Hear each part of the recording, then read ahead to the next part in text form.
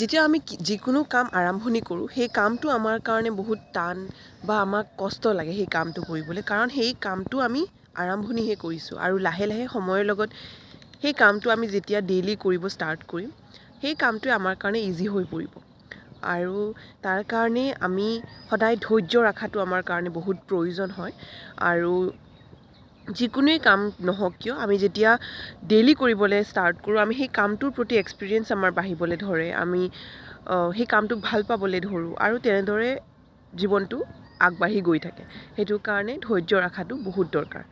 আৰু মই জাষ্ট 6টা বজাত উঠিছোঁ আৰু এতিয়া 5-10 মিনিট হৈছে আৰু মই এতিয়া সদায় দৰে মই এয়া খালী ভৰিত খোজকাঢ়ি আছোঁ। এয়া মোৰ হেপী। আৰু ৰাতিপুৱা উঠি যেতিয়া আপুনি নিজৰ দিনটোৰ যেতিয়া আপুনি প্লান কৰে বা ৰাতিপুৱা আচলমতে আমি ৰাতিয়ে আমাৰ সকলো দিনটো প্লান কৰি শুব লাগে যে আমাৰ নেক্সট ডে আমি কি কৰিম। নহ'লে গোটেই দিনটো আমাৰ খেলি মেলি হৈ যায় যদি আপোনাৰ তাত এটা প্ৰপাৰ প্লান নাথাকে আৰু যদি আপোনাৰ তাত বহুত কাম থাকে কৰিবলৈ, তো সঠিক ভাৱত আমাৰ সেইখিনি সকলো কমপ্লিট হৈ যায়। নাজানো, জাষ্ট এটা মনৰ কথা আপোনালোক সকলোৰ লগত শ্বেয়াৰ কৰিম বুলি ভাবিলোঁ, তাৰ কাৰণে ভিডিঅ'টো বনালোঁ। আৰু বাকী একো নাই। গুড মৰ্ণিং, আপোনালোক সকলোৰে দিনটি ভালে ভালে যাওক।